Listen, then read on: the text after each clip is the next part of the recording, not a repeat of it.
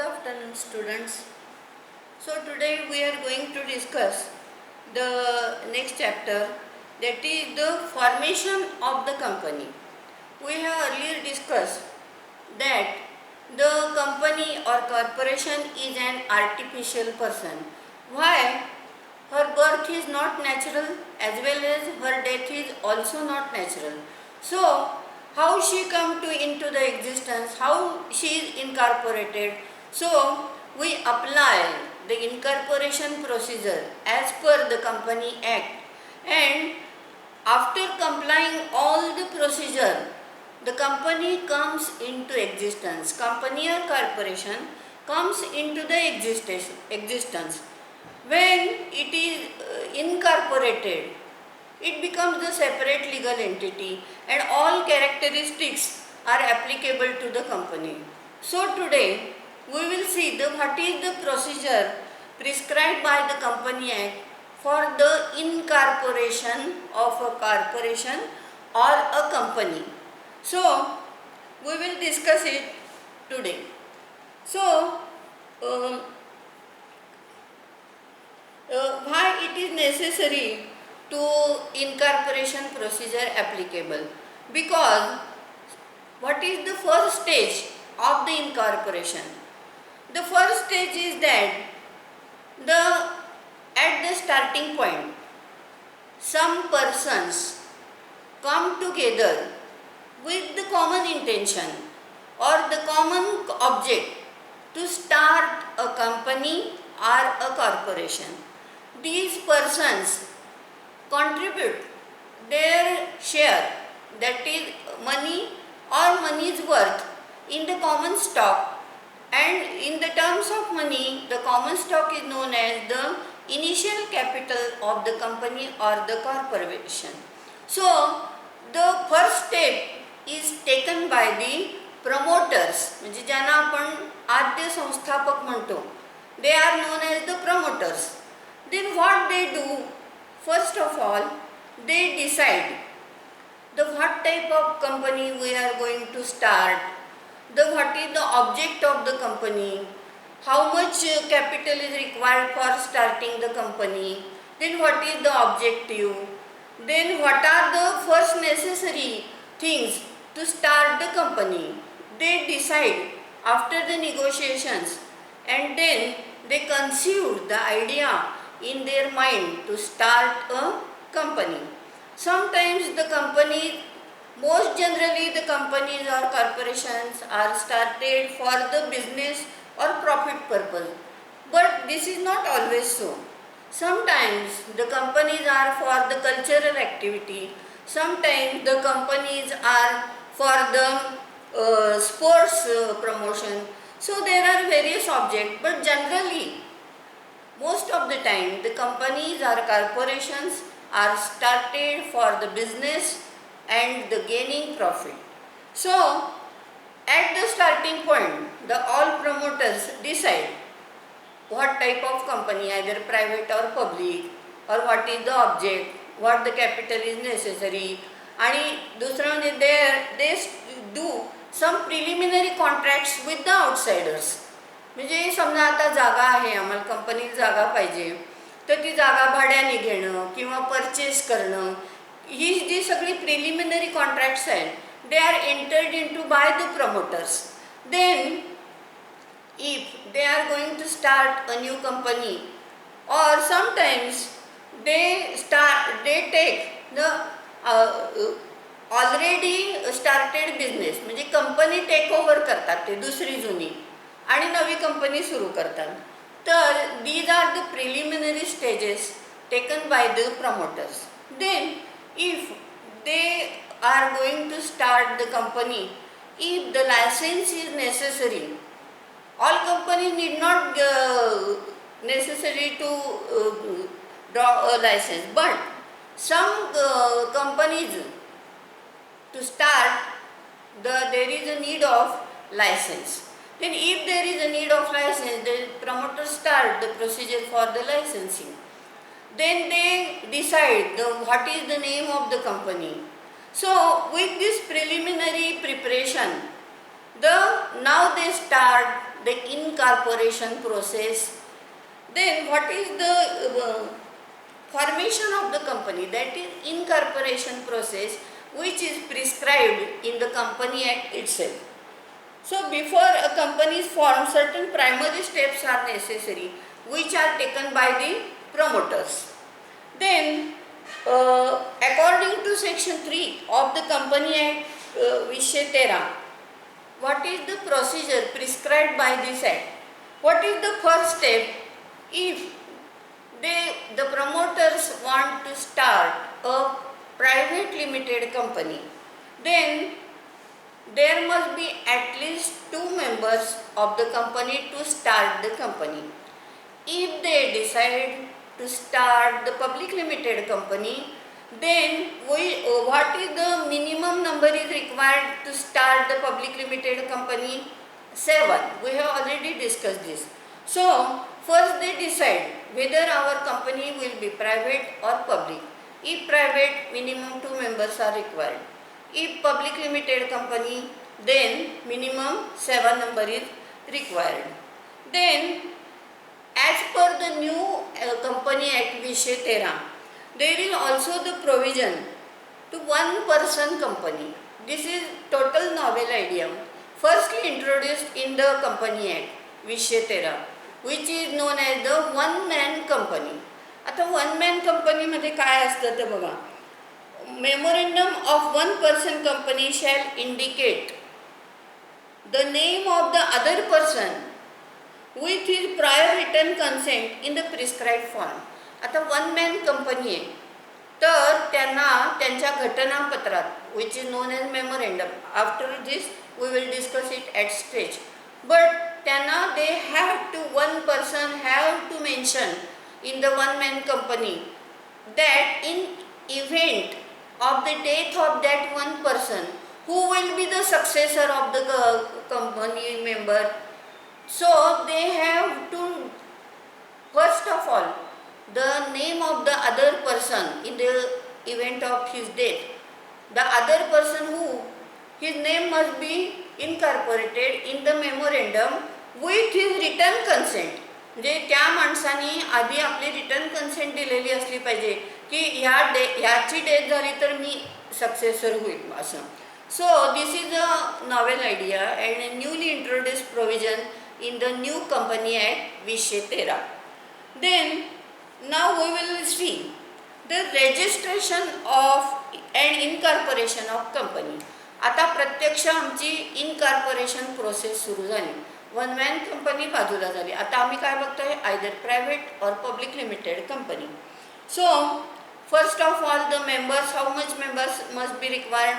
If the public company, at least 7 members must be present, and if the private limited company, at least 2 members must be present. Then somehow the companies are limited liability. They are, what is the limited liability? We have already discussed. The shareholders, the liability of the shareholders is limited up to the face value of the share or the unpaid amount of the share. So some companies are limited company and some companies are unlimited liability. But as already we have discussed, there are no unlimited companies in our country.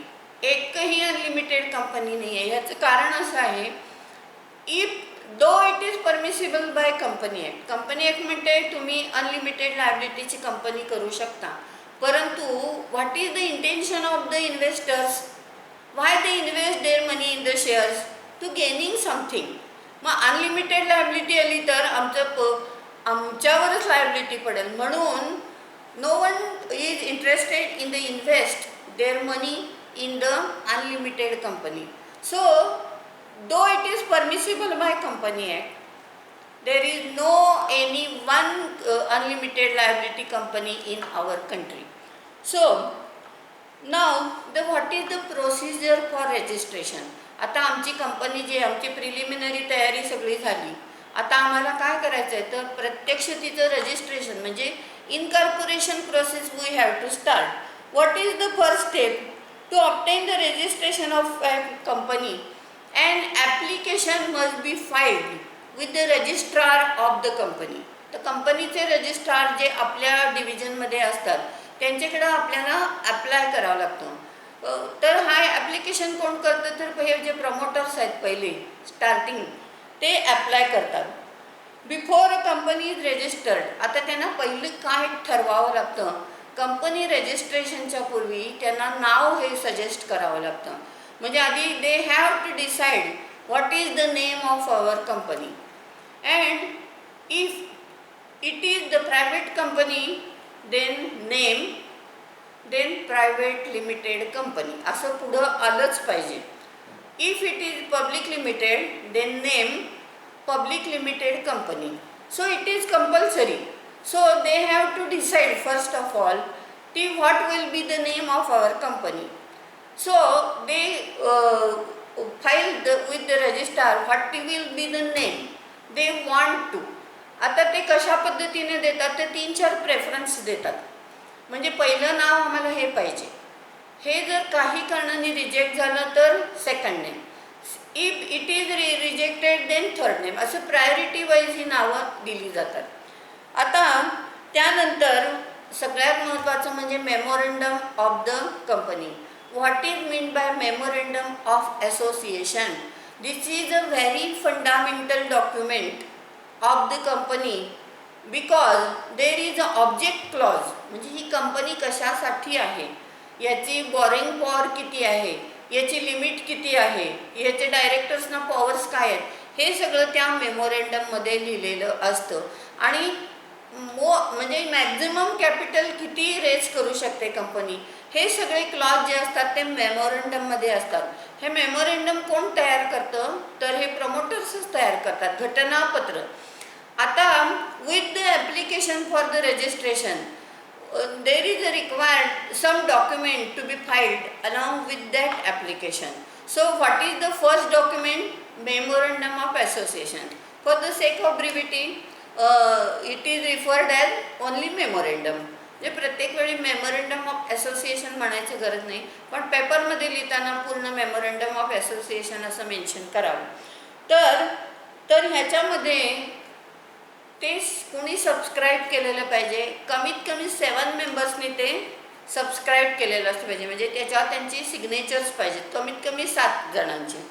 नंतर the article of association sign by the subscriber. आता what is mean by article of association? तर article of association म्हणजे अंतर्गत जो कारभार असतो कंपनीचा त्याची नियमावली. आता ह्या आर्टिकल ऑफ असोसिएशनचा थर्ड पार्टीशी काही संबंधित नाही, पण मेमोरंडमचा नेहमी येतं. जे प्रॉस्पेक्टिव्ह इन्व्हेस्टर्स आहेत ते पहिले काय बघून घेतात? मेमोरंडम बघतात. म्हणजे याचा ऑब्जेक्ट काय आहे, याची कपॅसिटी किती आहे, हे कशासाठी वापरले जाणार, हे सगळं, बॉरोइंग पॉवर किती आहे, डायरेक्टर्सची पॉवर किती, हे सगळं मेमोरंडममध्ये असल्यामुळं जर आम्हाला एखाद्या कंपनीत इन्व्हेस्ट करायचे असतील पैसे, किंवा आम्हाला काही डीलिंग करायचे असतील, काही कॉन्ट्रॅक्ट करायचे असतील, किंवा एखाद्या बँकेला लोन द्यायचं असेल कंपनीला, तर ते काय करतात? पहिलं काय बघतात? मेमोरंडम. सो थर्ड पार्टीला ह्या मेमोरंडमचा फार संबंध येतो. आता हे मेमोरंडम बघायला कुठे मिळतं आपल्याला? तर कंपनी रजिस्ट्रारकडे आपण जेव्हा ॲप्लिकेशनसोबत जे व्हेरियस डॉक्युमेंट्स देतो तर ते तिथे ठेवून घेतले जातात, रजिस्टर्ड केले जातात. मेमोरंडम, आर्टिकल हे सगळे तिथेही रजिस्टर्ड केले जातात. आणि it is treated as a public document. Anyone can inspect it. So we can see there. So please remember, if you want to deal with any corporation or the company, first of all you must go through the memorandum of association. Then articles. Article हे अंतर्गत नियम असतात, त्याच्याशी आपला काही संबंध येत नाही. म्हणजे त्यांचे अंतर्गत जी नियमावली असते that is article of association. तर समटाईम्स काय असतं, हे आर्टिकल ऑफ असोसिएशन असतं ते कंपनी ॲक्टचे टेबल एमध्ये ते ॲज इट इज पण तुम्ही ॲडॉप्ट करू शकता. म्हणजे ते शेड्यूलमध्ये दिलेलं आहे टेबल एमध्ये. समजा ते एक फॉर्मेट तयार केलेलं आहे, तुमचंही जर तेच अटी असतील तर तुम्ही यू कॅन ॲडॉप्ट. पण मेमोरंडम हे प्रत्येकाला वेगळं तयार करावंच लागतं. नंतर the agreement which the company propose to enter into. आता जे प्रॉस्पेक्टिव्ह हे आहेत होल टाईम डायरेक्टर हो किंवा मॅनेजर, त्यांच्याशी आधी तुम्हाला करार करावा लागतो की आम्ही व्हायला तयार आहे म्हणून. तर ते कॉन्ट्रॅक्ट जे होतात त्यांच्याशी ती पण आपल्याला ॲप्लिकेशनसोबत फाईल करायला लागतात. म्हणजे पहिलं काय ॲप्लिकेशन, त्याच्या सोबत memorandum of association, article of association आणि ही कॉन्ट्रॅक्ट्स म्हणजे होल टाईम डायरेक्टर मॅनेजर यांच्याबरोबर केलेली ॲग्रीमेंट्स. नंतर list of the directors who have agreed to become the first director. आता एक लक्षात ठेवा, हे जे प्रमोटर्स असतात सुरुवातीला तेच फर्स्ट डायरेक्टर होत असतात. कारण जेव्हा कंपनी इनकॉर्पोरेट होईल त्यानंतर तिची ॲन्युअल जनरल मीटिंग होईल त्यावेळी मग व्होटिंग होऊन नवं डायरेक्टर बोर्ड येईल. पण तोपर्यंत आता काय, कारण अजून आमची कंपनी आलेलीच नाही आहे अस्तित्वात. तर हे जे प्रमोटर्स असतात तेच फर्स्ट डायरेक्टर होतात. पण त्यांची रिटर्न कन्सेंट लागते की आम्ही डायरेक्टर व्हायला तयार आहे. नंतर डिक्लेरेशन द्यावं लागतं. सगळ्यात महत्त्वाचं काय डिक्लेरेशन द्यावं लागतं, तर ही जी इनकॉर्पोरेशन प्रोसिजर आहे त्याचे आम्ही सर्व कंप्लायन्स केलेले आहेत, म्हणजे त्याच्या पूर्तता आम्ही केलेल्या आहेत हे डिक्लेरेशन द्यावं लागतं. हे ॲप्लिकेशनसोबत द्यावं लागतं. आणि ते डिक्लेरेशन करायची पॉवर कोणाला आहे पहा, an advocate of supreme court or high court. म्हणजे त्यांनी हे डिक्लेरेशन देण्याची काय गरज आहे सांगा, किंवा an attorney or pleader entitle to appear before high court. म्हणजे एकतर सुप्रीम कोर्ट किंवा हायकोर्टात प्रॅक्टिस करणारे वकील किंवा प्लीडर म्हणून जे हायकोर्टापुढे ॲपियर होतात, काम चालवतात ते, किंवा company secretary or chartered accountant practising in India पाहिजेत. मात्र ते इंडियात प्रॅक्टिस करणारे जे चार्टर्ड अकाउंटंट असतात. आता तुम्ही सांगा ह्यांना काही पॉवर दिली आहे की कंपनी ॲक्टमधली इनकॉर्पोरेशनची सर्व प्रोसिजरची पूर्तता यांनी केलेली आहे असं डिक्लेरेशन द्यायचे ह्यांना अधिकार काय, तर एकतर हायकोर्ट सुप्रीम कोर्ट मधले जे प्रॅक्टिस असतात त्यांना कायदेशीर प्रोसिजर माहीत असते, किंवा चार्टर्ड अकाउंटंटनाही माहीत असते. त्यामुळे ही पॉवर कुणाला डिक्लेरेशन द्यायची, ह्या लोकांना. यांच्यापैकी कोणीही एक जण डिक्लेरेशन देऊ शकतो काय की सर्व कंप्लायन्स कंपनी ॲक्टप्रमाणे केलेले आहेत. Then within 30 a person named in the articles as directors, manager or secretary of the company. ह्यांनाही अधिकार आहे हा. तर ह्या चारीपैकी कोणीही एक जण हे डिक्लेरेशन देऊ शकतात. Then within 30 days of the date of incorporation of the company notice of situation of the registered office of the company shall be given to registrar. आता रजिस्टर्ड ऑफिस म्हणजे कुठलं असतं कंपनीचं, ज्याला आपण हेड ऑफिस म्हणतो. त्या रजिस्टर ऑफिस आता इनकॉर्पोरेशन झाल्यापासून 30 दिवसाच्या कंपनी रजिस्ट्रारना आम्हाला कळवावं लागतं की हे नक्की कुठं आहे. कारण सर्व जी कंपनीशी डिलिंग असतात, सगळी जी कम्युनिकेशन्स असतात, सगळे जे कॉरस्पॉन्डन्स असतात ते ह्या रजिस्टर्ड ऑफिस म्हणजे हेडक्वार्टरशी करावे लागतात. तर त्यामुळे आम्हाला ते रजिस्ट्रारना कळवावं लागतं इनकॉर्पोरेशन झाल्यापासून 30 डेजमध्ये where is the situation, where it is situate. Then upon receipt of application. आता रजिस्ट्रारनी काय केलं, घेतलं ॲप्लिकेशन घेतलं, सगळे डॉक्युमेंट्स व्हेरीफाय करून बघितले, सगळे बरोबर आहेत. समजा काही ते क्वेरी असेल तर ते परत रिटर्न करतात, किंवा जर काही क्वेरी नसेल सगळं सॅटिस्फाय असेल तर ते काय करतात, कंपनीचं जे नाव तुम्ही सजेस्ट केलेलं आहे ते 60 दिवसासाठी राखीव ठेवतात. त्याचं कारण असं आहे की as per the provision of the company act तुम्ही जे कंपनीला नाव देणार आहात ते कसं नाही पाहिजे, एक तर दुसऱ्या कंपनीचं ते नाव नसलं पाहिजे सेम, नाहीतर पब्लिक मिसगाईड होतील ना, ही कंपनी का ही कंपनी, कोण एवढं रजिस्ट्रार ऑफिसमध्ये जाऊन बघतं. म्हणून सेम नाव नाही पाहिजे. दुसरं काय आहे, रिझेम्बलिंग पण नाही पाहिजे. रिझेम्बलिंग म्हणजे काय, काही वेळा थोडाच फरक असतो, म्हणजे पब्लिकला तो लक्षात येण्यासारखा नसतो. म्हणून सेम नाव नाही पाहिजे, रिझेम्बलिंग नाही पाहिजे, आणि अनडिझायरेबल पण नाही पाहिजे. अनडिझायरेबल म्हणजे काहीतरी अयोग्य वाटते, किंवा त्याच्यामुळं काहीतरी धार्मिक तेढे निर्माण होतील, किंवा आपल्या देशाच्या एकात्मतेला धोका येईल, किंवा ते बरोबर दिसत नाही आहे, तर असं कुठलं जर नाव असेल तर ते पण रिजेक्ट केलं जातं. म्हणून हे तुमचं जे नाव आहे ते फायनली अप्रूव्ह होण्यापूर्वी 60 दिवसासाठी रिझर्व ठेवलं जातं. आणि जर कोणाची काही तक्रार आली नाही, सेम नाव नाही, रिझेम्बलिंग नाही, अनडिझायरेबल नाही, तर ते नाव फिक्स केलं जातं.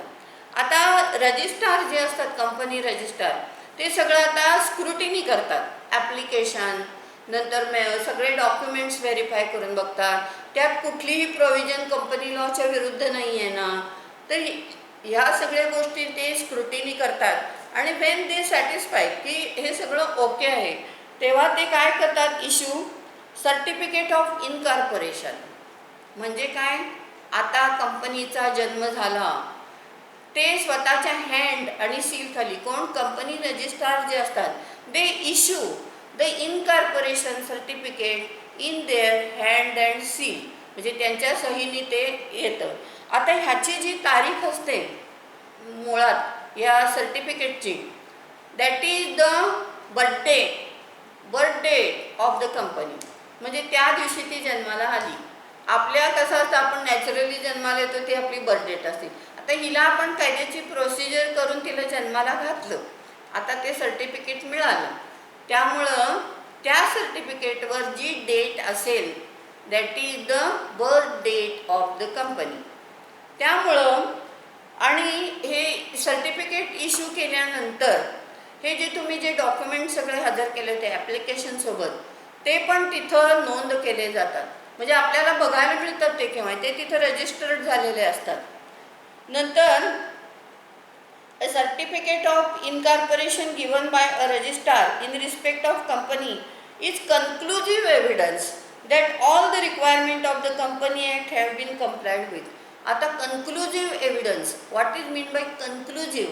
conclusive म्हणजे काय सांगा, ज्यामुळे आपण निष्कर्षाप्रती की ही कंपनी योग्य कायदेशीररित्या सगळी पूर्तता करून झालेली आहे, म्हणजे बोगस कंपनी नाही आहे. जसं आता समजा एखाद्याच्या वयाचं तुम्हाला जर विचारलं तुमचं वय किती, तुम्ही काय द्याल, बर्थ एक्स्ट्रॅक्ट द्याल, किंवा हल्ली आधार कार्ड, पॅन कार्ड सगळ्यावर असतं. That is a conclusive proof. म्हणजे कन्क्लुझिव्ह म्हणजे ते सर्टिफिकेट बघून आम्ही ह्या निर्णयाप्रती येऊ शकतो की हे तुमचं दिस इज युअर एज. तसं एखादी कंपनी प्रॉपरली प्रोसिजर फॉलो केली की नाही त्यांनी कायदेशीर, किंवा ती प्रॉपर कंपनी आहे की हे बघण्यासाठी आपण काय बघू शकतो, incorporation certificate. So incorporation certificate is a best evidence of the company, तो आपण बघायचा. आणि दुसरं म्हणजे त्याच्यावर जी डेट असते ती date is a birth date of the company. आता झालं इनकॉर्पोरेशन प्रोसेस आपण सगळी केली आणि सर्टिफिकेट मिळालं की आता काय झालं, झाली ती कंपनी आली जन्माला, घातली आपण म्हणजे कायद्याची प्रोसेस करून. आता एकदा ती इनकॉर्पोरेटेड झाली म्हणजे कंपनी म्हणून आली अस्तित्वात, की तिचे सगळे जे फीचर्स आहेत ते तिला लागू होतात. आता आपण काय काय फीचर्स बघितले होते, she is a separate legal entity, she is a legal person. कायद्याच्या दृष्टीने ती कोण आहे, एक व्यक्ती आहे. मग व्यक्तीची आयडेंटिटी काय असते, व्यक्तीचं नाव, तसं हे कंपनीचं नाव. नंतर परपेच्युअल सक्सेशन म्हणजे ती आता पिढ्यानपिढ्या चालू राहणार, किंवा she can sue or can be sued. हे सगळे जे आपण कॅरेक्टरिस्टिक्स बघितल्या, सगळ्या फीचर्स, ते आता तिला लागू झाले. कारण ती झाली आता कंपनी म्हणून कायदेशीररित्या जन्माला आली की सगळे फीचर्स जे आपण ऑलरेडी वी हॅव डिस्कस ते सगळे आता तिला लागू झाले. म्हणजे दिस इज अ इनकॉर्पोरेशन प्रोसेस. म्हणजे ह्या पद्धतीनं कंपनी आता जन्माला आली. आता ह्या इनकॉर्पोरेशन प्रोसेसच्या वेळी आपण तर काय बघितलं, तर जे ॲप्लिकेशनसोबत आपण जे डॉक्युमेंट्स हजर करतो त्यातलं सगळ्यात इम्पॉर्टंट डॉक्युमेंट कुठलं आहे, तर memorandum of association. Memorandum of association is very base of the company. This is the constitution of the company. घटनापत्र असं त्याला मराठीत म्हणतात. म्हणजे हा फंडामेंटल डॉक्युमेंट आहे.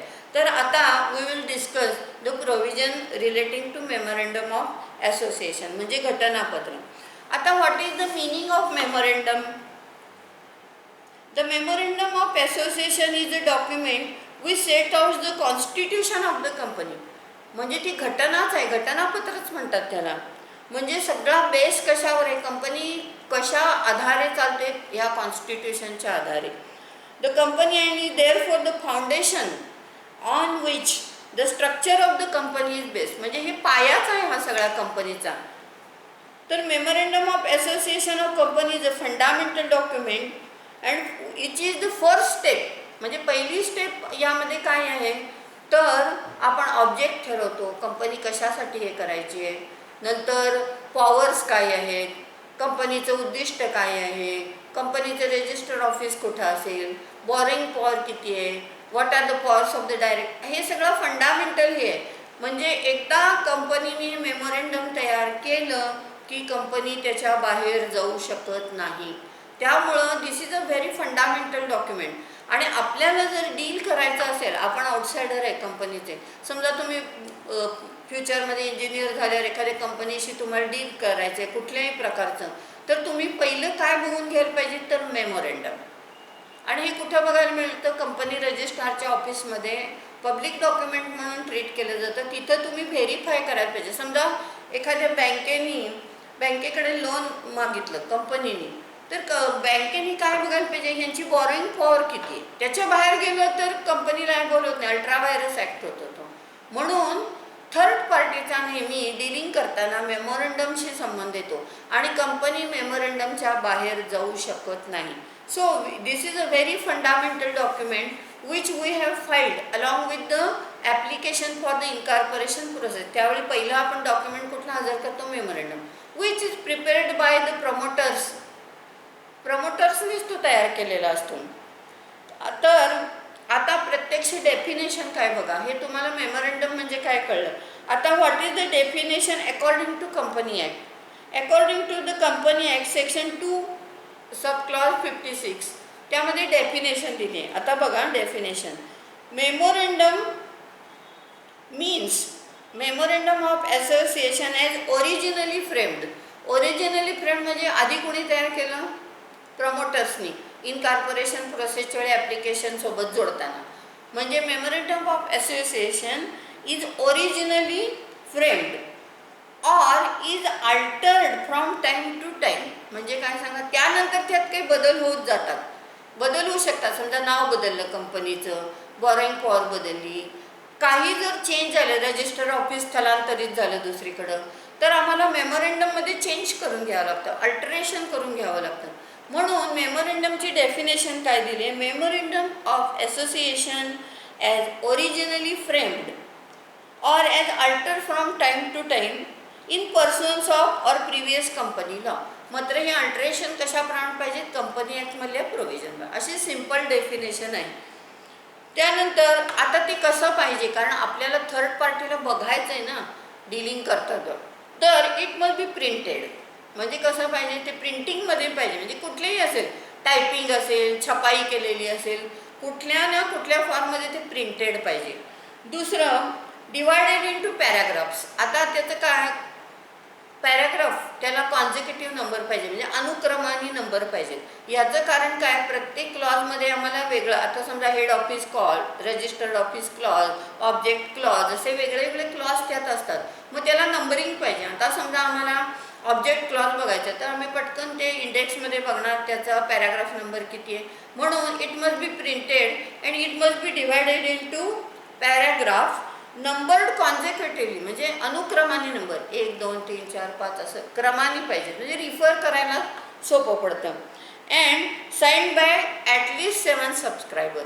म्हणजे त्याच्यावर इनकॉर्पोरेशनच्या वेळी जेव्हा तुम्ही हजर करता त्यावेळी कमीत कमी 7 लोकांची सबस्क्राईब म्हणजे स्वाक्षरी पाहिजे.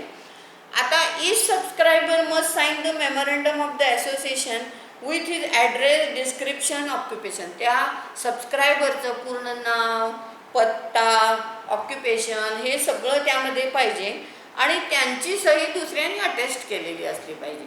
आणि तो जो अटेस्ट करतो तो बाहेरची व्यक्ती पाहिजे. नाहीतर काय, उंदराला मांजर साक्षी आपण म्हणतो तसं, तू बनावट सही कर, मी बनावट सही, असं नाही. आउटसायडरने ती अटेस्ट करायची सही या सबस्क्रायबरची. नंतर आता आपण बघूया की या मेमोरंडममध्ये कुठले कुठले क्लॉज असतात, ते आपण आता 1 बाय 1 डिस्कस करू. आता त्याच्यामध्ये काय असतं, पहिला नेम क्लॉज, म्हणजे ह्या कंपनीचं नाव काय. Company is a legal and artificial person. आपल्याला माहिती आहे लीगल आहे पण ती आर्टिफिशियल आहे, म्हणून आपण कायद्याची प्रोसिजर करून तिला जन्माला घातली. It must have a name. आता नेम का लागतं माणसाला सांगा? Name is our identity. आपण ओळखतो ना, हे या नावाची व्यक्ती म्हणजे ही, या नावाची व्यक्ती म्हणजे ही, कुंटे मॅडम म्हणजे या. तर तसं ही कंपनी आर्टिफिशियल पर्सन जरी झाली तरी तिला तिची ओळख पाहिजे ना. त्यामुळे पहिला क्लॉज काय असतो मेमोरंडममध्ये? नाव, name clause. To establish its identity and existence, म्हणजे त्या नावाने ती ओळखली जाते. नंतर company can have name which is not identical. मात्र हे नाव कसं नाही पाहिजे? कुठल्याही दुसऱ्या कंपनीचं ते नाव नाही पाहिजे किंवा रिझेम्बलिंग नाही पाहिजे, अनडिझायरेबल नाही पाहिजे. ही प्रमुख अट आहे. आणि त्या नावाच्या पुढं काय असलं पाहिजे सांगा? प्रायव्हेट कंपनी असेल तर प्रायव्हेट लिमिटेड कंपनी म्हणजे नाव, त्याच्या पुढं प्रायव्हेट असेल तर प्रायव्हेट लिमिटेड कंपनी, किंवा पब्लिक असेल तर ते नाव public limited company. A company cannot be registered by name which is undesirable, म्हणजे अयोग्य आहे. म्हणजे काही वेळा कसं काहीतरी राजकीय पुढाऱ्याचंच नाव दिलं किंवा काहीतरी धार्मिक गोष्टीचं दिलं किंवा काहीतरी शत्रू राष्ट्रातल्या एखाद्या क्रिकेटियरचं नाव दिलं, दॅट इज अनडिझायरेबल, म्हणजे ते नको आहे आपल्याला. म्हणजे त्याच्यावरनं कुठला डिस्प्यूट होता का नाही. तर असं नाव झालं की ते फिक्स झालं. नंतर जर तुम्ही सारखं नाव दिलं तर हा ऑफेन्स आहे आणि त्याला 1,00,000 रुपये दंड आहे, लक्षात ठेवा. नंतर दुसरं द रजिस्टर्ड ऑफिस क्लॉज म्हणजे हेड ऑफिस. दुसरा क्लॉज काय? Registered office clause. आता हा रजिस्टर्ड ऑफिस क्लॉज महत्त्वाचा का आहे? तर सगळे कंपनीचे जे डीलिंग असतात किंवा कंपनीचे जे इम्पॉर्टंट डॉक्युमेंट्स असतात किंवा सगळा कॉरेस्पॉन्डन्स असतो, सगळे कम्युनिकेशन असतात, तो कुठं होतो? रजिस्टर्ड ऑफिसशी. तर त्यामुळं मग मेमोरंडममध्ये हे तुम्ही मेन्शन केलं असलं पाहिजे की हे कुठं आहे तुमचं रजिस्टर्ड ऑफिस. आता समजा महाराष्ट्रामध्ये आहे, आपलं महाराष्ट्रात पुण्याला आहे असं धरा, पुण्याला रजिस्टर्ड ऑफिस आहे. तर त्याचे ब्रँचेस कुठे पण असतात, काही चेन्नईत असतील, काही बाहेरच्या स्टेटमध्ये पण असतील. मग ह्या कंपनीचं जसं आपल्याला डोमिसाईल असतं की नाही, कायम रहिवासी आपण कुठले आहोत, तर आता कंपनी पण आपण कायद्याच्या दृष्टीने लिगल एंटिटी आहे म्हटलं आहे. मग तिचं डोमिसाईल कुठलं? तर ज्या स्टेटमध्ये ती असेल, हे रजिस्टर्ड ऑफिस असेल, ते तिचं डोमिसाईल. म्हणजे कायम रहिवासी कुठली धरायची? ती आता पुण्याची आहे, तर पुणे हे तिचे डोमिसाईल कंपनीचं, म्हणजे महाराष्ट्र स्टेटमधली ती कंपनी. ब्रँचेस असू देत कुठेही. जसं आपलं कसं असतं कायम तुमचं डोमिसाईल सर्टिफिकेट असते की नाही, कायम रहिवासी, तसं आता कंपनीत पण पाहिजे ना. आर्टिफिशियल पर्सन असली तरी ती आता पर्सन आहे कायद्याच्या दृष्टीने. मग पहिलं नाव झालं तिचं, आता तिचं डोमिसाईल कुठलं ठरवायचं? जिथं रजिस्टर्ड ऑफिस असेल ते तिचं डोमिसाईल. नंतर the situation of the registrar office of the company determines it's domicile. Domicile म्हणजे कायम राहण्याची अधिकृत जागा. तुमचं पण असतं ना डोमिसाईल सर्टिफिकेट. नंतर तिसरं सगळ्यात महत्त्वाचं ऑब्जेक्ट क्लॉज. ऑब्जेक्ट म्हणजे काय? उद्दिष्ट. काय उद्दिष्टानं ही आपण कंपनी एस्टॅब्लिश केलेली आहे? कारण एकदा मेमोरंडममध्ये तुम्ही ऑब्जेक्ट फिक्स केलं की त्याच्या बाहेर जाता येत नाही कंपनीला. मग आम्ही थर्ड पार्टी जे डील करतो तेव्हा आमचे पैसे इन्व्हेस्ट करतो तेव्हा काय बघतो? ऑब्जेक्ट क्लॉज प्रमाणेच ते इन्व्हेस्ट केले जात आहेत ना, ऑब्जेक्ट क्लॉजसाठीच वापरले जात आहेत ना. तर हा जो ऑब्जेक्ट क्लॉज आहे तर तो काय असतो बघा. The object clause both defines and confines scope of the companies, म्हणजे काय यांच्या ॲक्टिव्हिटी होणार, आणि powers and one register it can only be alter and provided by. मग त्यामध्ये जर बदल करायचा असेल ऑब्जेक्ट क्लॉजमध्ये तर त्याला पण पुढं प्रोसिजर दिली, आपण ते बघणार आहोत. तर ऑब्जेक्ट क्लॉजच्या बाहेर जाता येत नाही कंपनीला. आता त्यात दोन गोष्टी असतात मेमोरंडममध्ये मेन्शन केलेल्या असतात की मेन ऑब्जेक्ट काय कंपनीचं, आणि इन्सिडेंटल ज्या गोष्टी असतात म्हणजे ॲन्सिलरी. इन्सिडेंटल म्हणजे हे ऑब्जेक्ट अचीव करण्यासाठी काही इतर ॲक्टिव्हिटी आम्हाला कराव्या लागतात, त्या पण त्यामध्ये मेन्शन केलेल्या असतात आणि तेवढ्याच अलाउड आहेत, त्या बाहेर कंपनी जाऊ शकत नाही. आता ॲन्सिलरी म्हणजे काय बघा, तुम्हाला सांगते.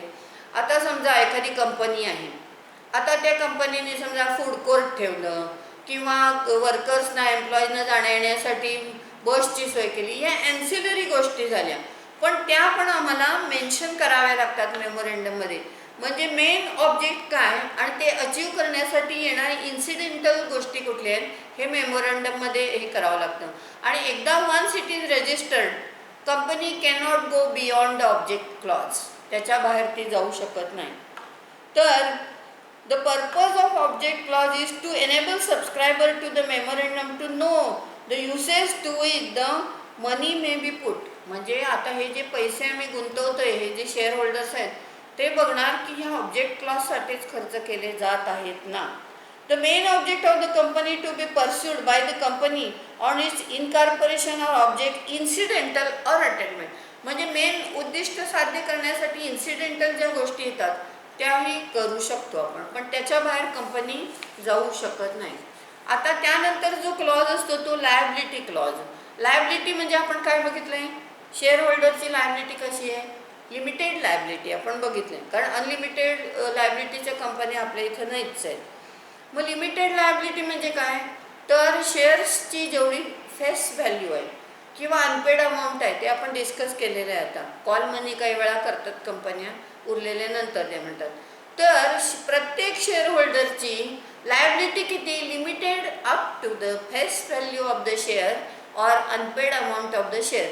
तर हा लायबिलिटी क्लॉज मुख्य ह्याच्यात पाहिजे, कारण काही काही कंपन्या अनलिमिटेड असू शकतात पण आपल्या इंडियात नाही आहेत त्या, पण त्यामुळे लायबिलिटी क्लॉज म्हणजे आपला लायबिलिटी क्लॉज कसा असतो सांगा, लिमिटेड.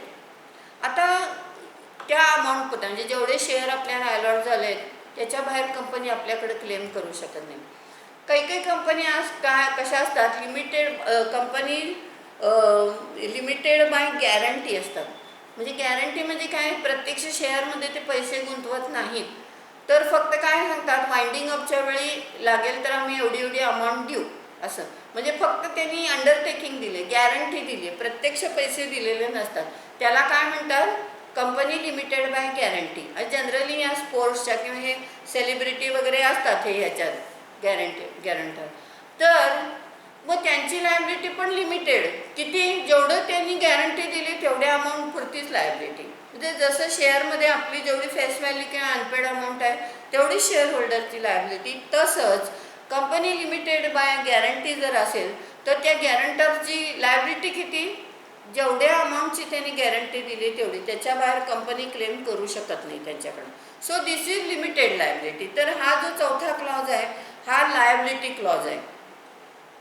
त्यानंतर कॅपिटल क्लॉज सगळ्यात महत्त्वाचा.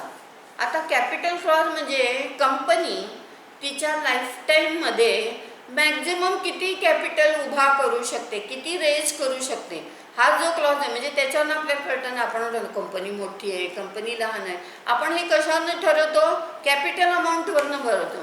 त्यामुळे आपल्याला समजा डील करायचं आहे किंवा शेअर्स घ्यायचे तर आपण काय बघू, कॅपिटल किती आहे यांचं. The capital clause in the memorandum of company having share capital must state the amount of the share capital with which the company is to be registered and the division thereof and the shares of a fixed amount. म्हणजे maximum किती आम्ही capital उभं करू शकतो, नंतर प्रत्येक शेअर्सची value किती आहे, त्याची डिव्हिजन कसं केलेले आहे, नंतर the number of shares is subscriber to the memorandum intends to take indicated opposite his name. In the case of one person company, the name of person who in the event of death of subscriber shall become the member of the company. म्हणजे ते आपण पाहिलं one man कंपनीचं, तो गेला तर दुसऱ्याचं ज्याचा नेम आम्ही दिलेला आहे तो होऊ शकतो. तर the capital with which a company registered is called registered or authorised capital. म्हणजे जे पहिलं मॅक्झिमम लिमिट किती, that is a registered or authorised capital म्हटलं जातं. नंतर company cannot issue more share than those authorise by the memorandum. आता मेमोरेंडममध्ये जेवढं आम्ही मेन्शन केलं त्याच्या बाहेर आम्ही शेअर कॅपिटल कलेक्ट करू शकत नाही. म्हणजे लक्षात आलं असेल तुम्हाला, मेमोरेंडम हा एक very fundamental document and it is the constitution of the company, त्यानुसारच जावं लागतं. आता हे तयार केलेलं असतं प्रमोटरने सगळं. नंतर त्यानंतरचा जो 6th clause, the association clause or subscription clause. आता the association clause state the names, address and description of the subscriber and the number of shares taken by each subscriber has to take at least one share. आता त्यांची नाव, पत्ते, occupation, कारण आपल्याला माहीत आहे की आपण डीलिंग करताना काय होणार, कोण कशा टाईपचे लोक येत आहेत, का बोगस लोक आहेत, का काहीतरी गुंड लोक आहेत, का चांगले लोक आहेत, का राजकीय लोक आहेत, म्हणून आपल्याला त्यांची नावं, पत्ते, ॲड्रेस सगळं माहीत पाहिजे. तर हे सगळे लिस्ट दिलेली असते त्यांची या कशा असोसिएशन क्लॉजमध्ये. The memorandum has to be signed by at least 7 subscriber in the case of public company and at least 2 subscribers in the case of private company. The signature of each subscriber must be attested by at least one witness. आता ही तरी खरी कशावरून, सगळे जर bogus लोक असतील तर प्रत्येकाची सही ही दुसऱ्या थर्ड पार्टीनी अटेस्ट केलेली असते. अटेस्टेशन तुम्हाला माहिती आहे म्हणजे सत्यता, व्हेरिफिकेशन. तर ते थर्ड पार्टीने केलेलं असलं पाहिजे. नाही तर मी तुझं करतो तू माझं कर, सगळेच बोगस लोक, सगळेच गुंड लोक, असं होऊ नये म्हणून थर्ड पार्टीला अधिकार प्रत्येकाची सही दुसऱ्या आउटसाइडर म्हणजे कंपनीच्या बाजूने अटेस्ट केली असली पाहिजे. आता हे झाले क्लॉज. आपण कुठले कुठले बघितले, name clause, register office clause, object clause, नंतर लायबिलिटी क्लॉज आणि कॅपिटल क्लॉज आणि असोसिएशन क्लॉज. हे 6 क्लॉज कशात झाले, मेमोरंडम ऑफ असोसिएशन. आता समजा ह्यामध्ये आम्हाला अल्टरेशन करायचं आहे. आता काही कारणांनी आम्हाला समजा नाव बदलायचं आहे, काही कारणांनी आम्हाला ऑब्जेक्ट बदलायचं आहे, काही कारणांनी रजिस्टर ऑफिस आम्हाला हलवायचं आहे दुसरीकडं. तर इथं आता आम्हाला अल्टरेशन कशात, का अल्टरेशन म्हणजे बदल कशात केले पाहिजे, त्या क्लॉजमध्ये केले पाहिजे. समजा नाव बदलायचं आहे तर नेम क्लॉजमध्ये अल्टरेशन करायला पाहिजे.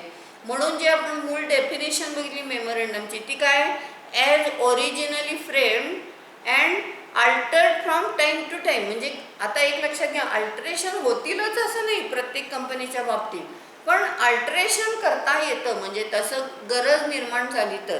आता त्याची पण प्रत्येक क्लॉजची अल्टरेशन प्रोसिजर वेगळी.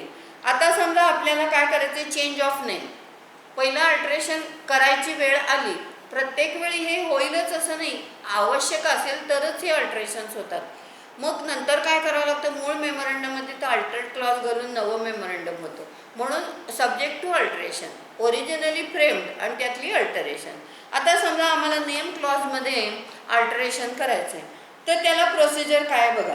अ company may by a special resolution and with the approval of the central government change its name. Where a company change its name the registrar must enter the new name. आता त्यासाठी आम्हाला काय करावं लागतं लक्षात घ्या. Special resolution म्हणजे काय, स्पेशल रिझॉल्युशन्स म्हणजे जे शेअर होल्डर आहेत मीटिंगमध्ये एकत्र आलेले आहेत त्यातल्या कमीत कमी 3/4 मेजॉरिटीने ते मान्य केलं असलं पाहिजे, त्याला म्हणायचं स्पेशल रिझॉल्युशन. आणि ऑर्डिनरी रिझॉल्युशन म्हणजे काय, आपण म्हणतो ना समजा 100 मेंबर आहेत, 51-49 झालं तर साधं ऑर्डिनरी रिझॉल्युशन म्हणजे साधं एक जरी जास्त असलं तरी त्यांचं बहुमत, त्याला म्हणायचं ऑर्डिनरी रिझॉल्युशन. आणि स्पेशल रिझॉल्युशन म्हणजे ज्या गंभीर गोष्टी आहेत, ज्या जास्त गंभीर आहेत त्याला जनरली कायद्यामध्ये स्पेशल रिझॉल्युशन लागतं, म्हणजे 3/4 मेंबरनी तो अफेल्ड केलेला असला पाहिजे.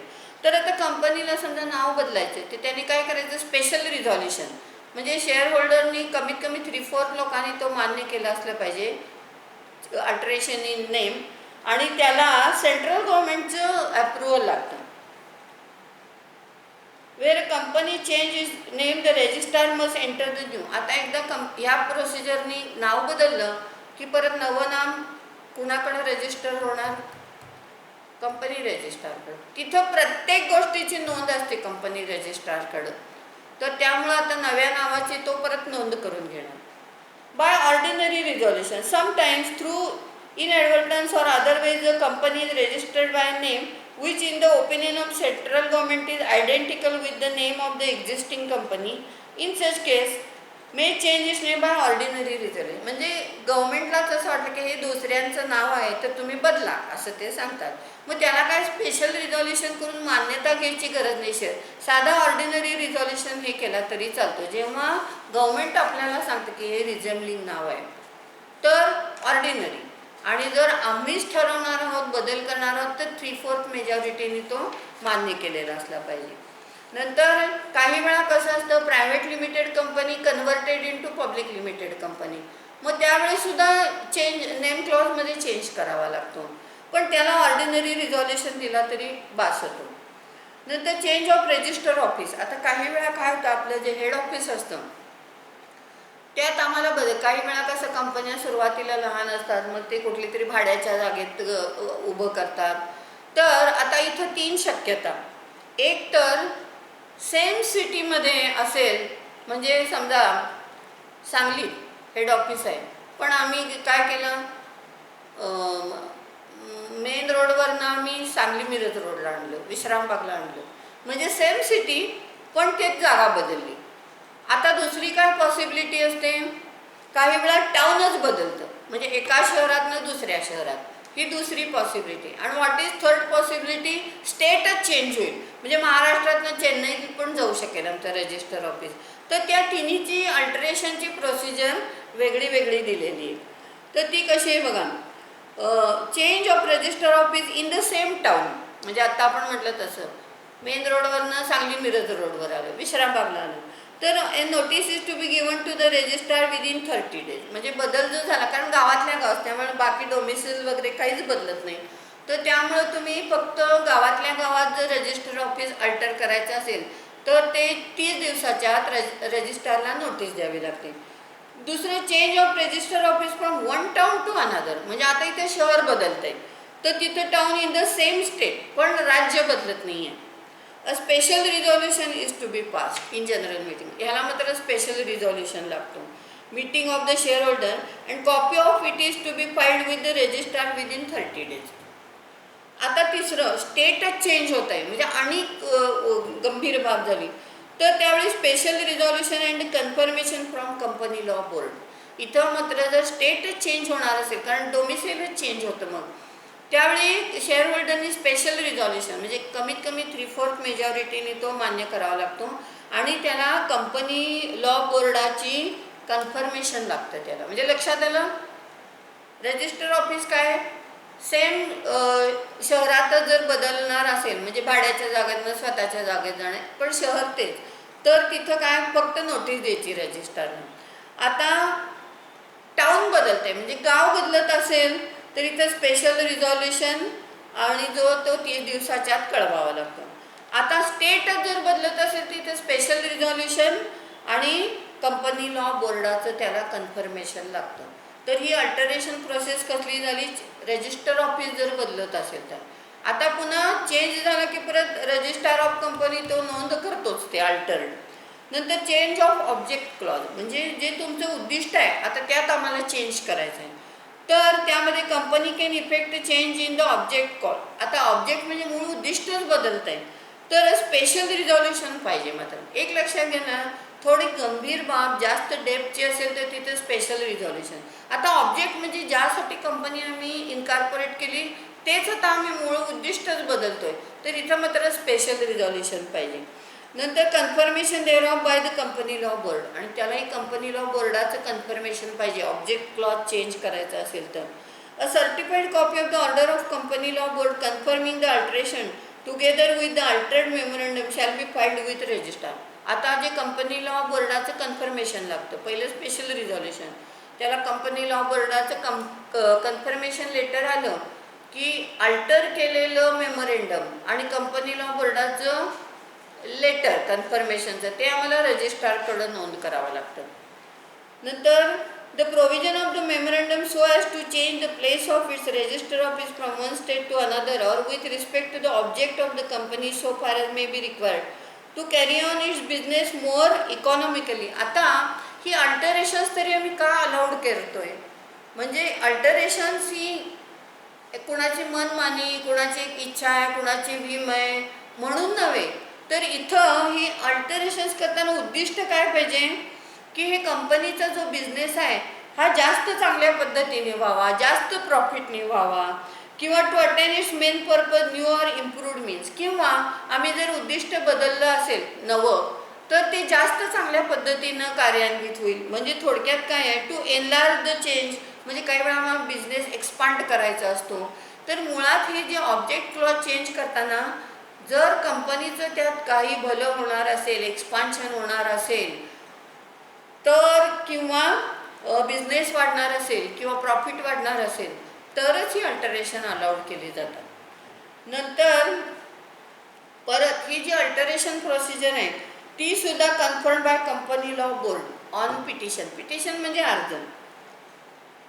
नंतर before confirming the alteration company law board must be satisfied that sufficient notice has been given to every person whose interest will be affected. आता कंपनी लॉ बोर्ड काय बघेल की हे जर अल्टरेशन झालं तर काही लोकांचं नुकसान होत नाही आहे ना, हे बघितलं जातं. नंतर a certified copy of the order of company law board confirming the alteration together with a printed copy of memorandum as altered must within 3 months from date of the order be filed with the company with the registrar. प्रत्येक गोष्ट ही company रजिस्ट्रारकडं register करावीच लागते. आता त्यानंतर change in liability clause. आता एक लक्षात घ्या, आपण काय बघितले, लिमिटेड लायबिलिटी असते. आता कंपनी कधीही लायबिलिटी म्हणजे जेवढे माझ्याकडे शेअर त्याच्या बाहेर जाऊ शकत नाही. म्हणजे तुम्ही अल्टरेशन जरी केलं तर तुम्ही कमी करू शकता पण जास्त करू शकत नाही. म्हणजे कधीही कंपनी शेअर होल्डरची लायबिलिटी वाढवू शकत नाही. त्यामुळे लिमिटेड लायबिलिटी तेवढी फेस व्हॅल्यू तेवढी त्याच्या बाहेर जाऊ शकत नाही अल्टरेशन करून. त्यामुळे एवढं लक्षात ठेवा की लायबिलिटी क्लॉज जर असेल तर त्याच्यामध्ये चेंज करायचं असेल तर लायबिलिटी वाढवता येत नाही कंपनीला शेअर होल्डरवर. Change in capital clause. आता कॅपिटल क्लॉजमध्ये चेंज म्हणजे भांडवलात आता आम्हाला काहीतरी व्हेरिएशन्स करायचे. The capital clause of the memorandum may be generally altered by passing an ordinary resolution in a general meeting of the company and such alteration be informed to that registrar within 30 days. तर जर तुम्हाला capital clause म्हणजे काही भांडवल वाढवायचं असेल, company मोठी करायची असेल तर त्यात चांगलं आहे ना. म्हणजे कॅपिटल वाढवतो आपण म्हणजे थोडक्यात काय आहे की चांगल्या गोष्टीसाठीच आहे. तर त्यामुळं ऑर्डिनरी रिझॉल्युशन पास करून तुम्ही अल्टरेशन करू शकता आणि त्याची नोटीस 30 दिवसाच्या कंपनी रजिस्ट्रारला कळवू शकता. But in case of reduction हे केव्हा, जर कॅपिटल तुम्हाला वाढवायचं असेल म्हणजे तुमचा बिझनेस वाढणार आहे, कंपनी मोठी होणार आहे तर ऑर्डिनरी रिझॉल्युशन पास करून रजिस्ट्रारला 30 दिवसाच्यात नोटीस. पण जर रिडक्शन करायचं असेल म्हणजे आता ही चांगली गोष्ट नाही आहे. कॅपिटलमध्ये रिडक्शन करणं ही कंपनीच्या दृष्टीने चांगली गोष्ट कधीच नाही. तुमची कंपनी आता म्हणजे मागं यायला लागली तर त्यावेळी जर रिडक्शन मात्र करायचं असेल तर तिथं मात्र स्पेशल रिझॉल्युशन पाहिजे. Authorise by article alter the memorandum आणि ती आर्टिकलमध्ये प्रोव्हिजन पाहिजे रिडक्शन ऑफ कॅपिटलची. तर अशा पद्धतीनं ही म्हणजे प्रत्येक क्लॉजला लक्षात आलं. मेमोरेंडम हा व्हेरी बेस आहे. त्यामुळे वेगळे वेगळे क्लॉज आहेत. Name clause, register office clause, liability clause हे आपण सगळे बघितले. आता त्यात जर चेंज करायची गरज असेल तर मेन उद्दिष्ट काय पाहिजे, कंपनीच्या फायद्यासाठी याच्यासाठी केलं पाहिजे. आणि प्रत्येक क्लॉजच्या अल्टरेशनला वेगळी प्रोसिजर दिलेली आहे ती आपल्याला कळली पाहिजे. आता ह्या व्यतिरिक्त अल्टरेशन ऑफ अदर प्रोव्हिजन्स म्हणजे ह्या सगळ्या सोडून अजून काही जर अल्टरेशन करायचं असेल, these may be altered in the same manner as the articles of the company. म्हणजे